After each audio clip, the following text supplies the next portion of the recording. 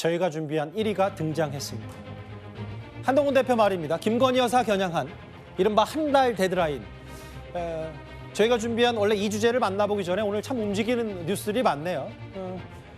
한동훈 대표가 조금 전에 이번 재보궐선거에서 당선이 된 금정, 부산 금정에 갔습니다. 화면부터 만나보겠습니다.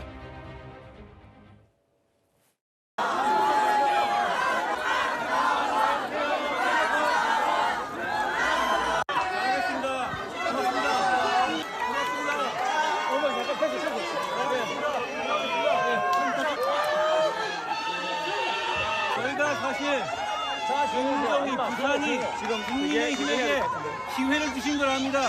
저희가 그 기회를 놓치지 않겠습니다. 저희가 민심을 받들고 부산의 마음을 잊지 않겠습니다.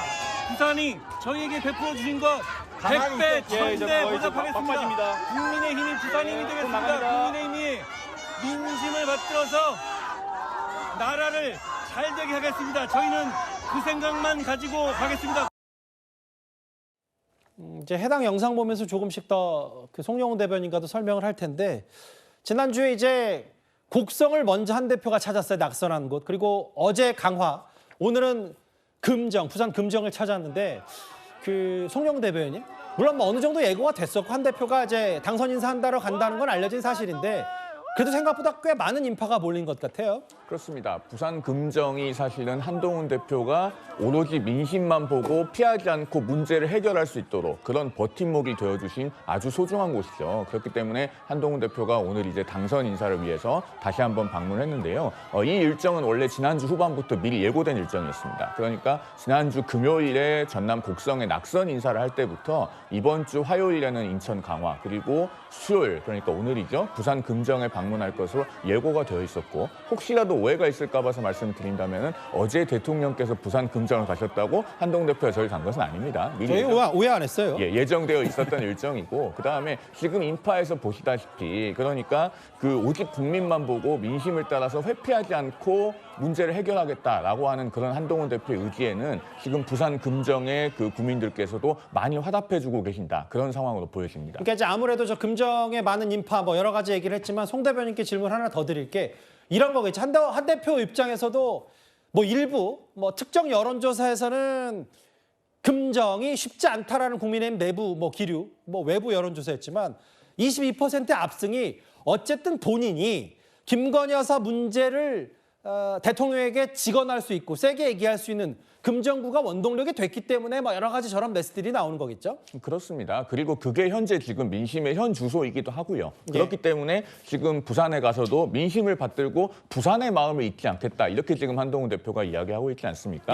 아마도 이 부산 금정 보궐선거 과정에서 부산의 시민들께 그리고 국민들께 거듭해서 약속한 바가 있고, 그 부분에 대해서 약속을 확실하게 지키겠다라고 하는 다짐을 하고 있는 것으로 보입니다. 그래서 어제도 천명했듯이 아마도 이 김건희 여사 사안에 관해서는 한동훈 대표가 정말로 다른 어떤 것도 고려하지 않고 민심에 맞는 해법을 내놓고 그것들을 실행하도록 노력을 하지 않을까, 그렇게 보고 있습니다. 그러니까 이틀 전 용산 회동 이후에 아까 용산 대통령실에서 나온 속보도 만나봤지만 대통령실도 대통령실대로 본인 입장 얘기하고, 한동훈 대표도 저렇게 금정 찾아서 시민들 만나서 본인 얘기하고 각자 얘기를 가는 듯한 느낌을 지울 수가 없거든요.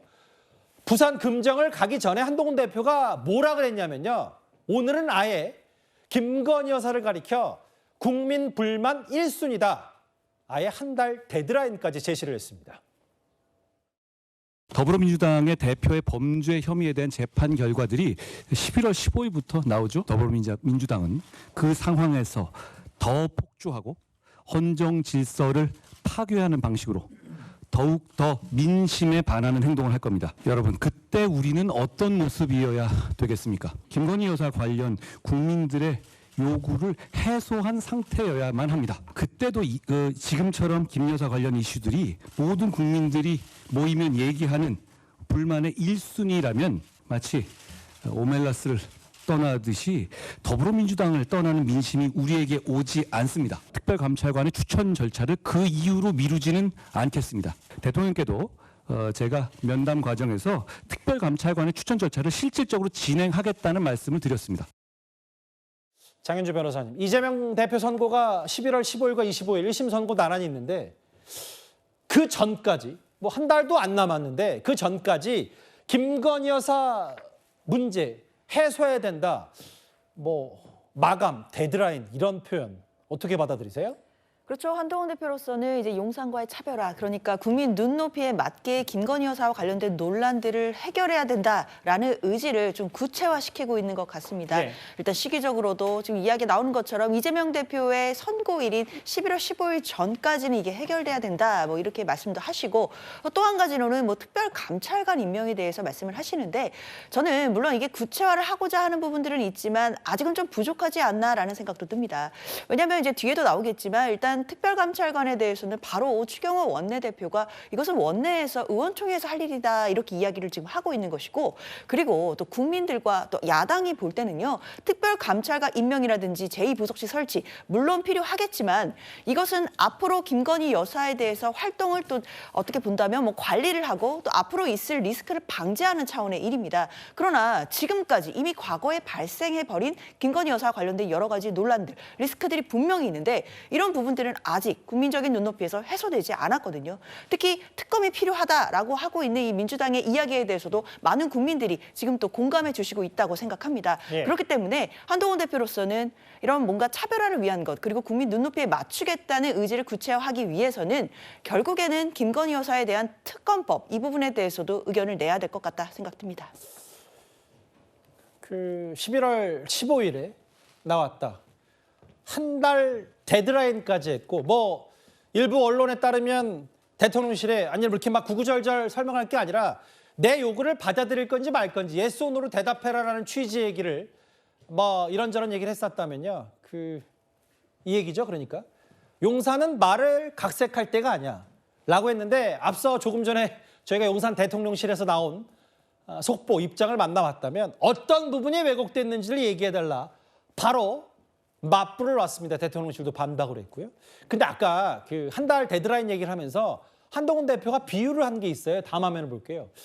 윤기찬 대변인님. 김건희 여사 이슈가 국민들의 불만 1순위라면 오멜라스 떠나듯이 민주당을 떠난 민심이 우리에게 오지 않는다. 미국의 소설 오멜라스를 떠나는 사람들 속 도시 위선적 낙원이다. 한 번 떠나면 집토끼든 뭐든 한 번 떠나면 돌아오지 않는다. 지금이 그 마지막 기회인데 대통령실을 왜 길을 닫고 있냐, 이런 취지로도 들려요. 그러니까 오멜라스에 대한 설명은 제가 굳이 안 드려도 되고 찾아봤지만 어쨌든 지금 정치권에 대한 환멸을 느끼고 있는 국민들 입장에서 보면 예. 민주당을 떠날 때 국내심이 그 민심을 받아내야 된다. 이 부분은 저도 동의를 해요. 예. 이 부분은 맞는 말씀입니다. 그런데 문제는 뭐냐면 지금 한동훈 대표께서 받는 오해 중에 하나는 예. 그러니까 대통령실에 어떤 문제를 출제를 합니다. 예. 문제를 출제해서 대통령이 그에 대해서 어느 정도 풀면 이거를 오답이라고 얘기를 해요. 그러니까 내가 출제한 의도를 정확히 맞춰야지만 정답이라고 하는데, 이게 대통령실과 당에서 어떤 협의나 이런 것들은 그런 정도의 그 정답률을 맞추기가 어렵거든요. 한동훈 대표가 내는 문제를 그대로 다 토시 하나 안 틀리고 맞추기는 쉽지가 않은 거죠. 예. 예를 들면 김건희 여사의 활동 자제에 대해서는 활동 중단이라고 표현하셨죠. 한동훈 대표께서. 활동 중단에 대해서는 대통령실에서 자제하고 있고 앞으로 더 필요하면 자제시키겠다라고 했는데 예. 활동 중단 선언이라고 또 말씀하셨단 말이에요. 그거를 어떻게 정확히 맞출 수 있을까요? 두 번째는 8명의 인사조치 얘기했는데 인사조치에 관련돼서는 사실은 대통령실에 어느 정도 재량을 줘야 돼요. 문제제기를 할 수 있습니다만은. 그러니까 그 부분도 약간의 시간적 여유와 과정을 좀 줘야 되는데, 그런 모든 것들이 전부 다 한 달 안에 이걸 다 처리해달라고 하는 거예요. 그럼 결국은 뭐냐면 이런 오해를 받을 수 있어요. 어차피 풀 수 없는 문제를 준 거 아니냐. 풀 수 없는 문제를 주거나 혹시라도 풀면 오답 처리하는 거 아니냐. 이런 식의 오해가 있기 때문에 저는 개인적으로 저런 그 정치적 그 인식은 저도 동의를 하지만 예. 그 인식 과정은 조금 더 소프트하게 가거나 약간의 여지를 주는 것이 어떨까. 그것이 당정 관계의 시너지 효과를 위해서 좀 필요한 게 아닌가, 이런 생각을 합니다.